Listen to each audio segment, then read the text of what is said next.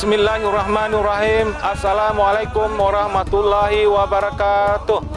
Allahu Akbar, Allahu Akbar, Allahu Akbar, Allahu Akbar, walillahil hamd.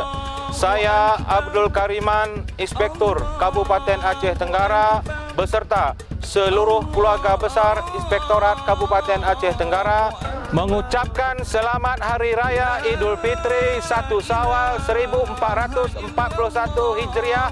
Minal aidin wal faizin, mohon maaf lahir dan batin. Wassalamualaikum warahmatullahi wabarakatuh.